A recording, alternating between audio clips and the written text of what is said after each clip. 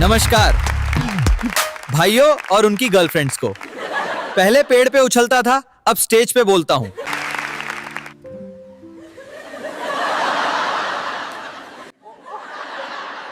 ओह, time पर आ गया मैं। पहली बार जब इंसान से मिला तो सोचा वाह, कपड़े पहनते हैं, फोन चलाते हैं, खाना फोड़ते हैं। फिर 2 दिन उनके बीच रहा।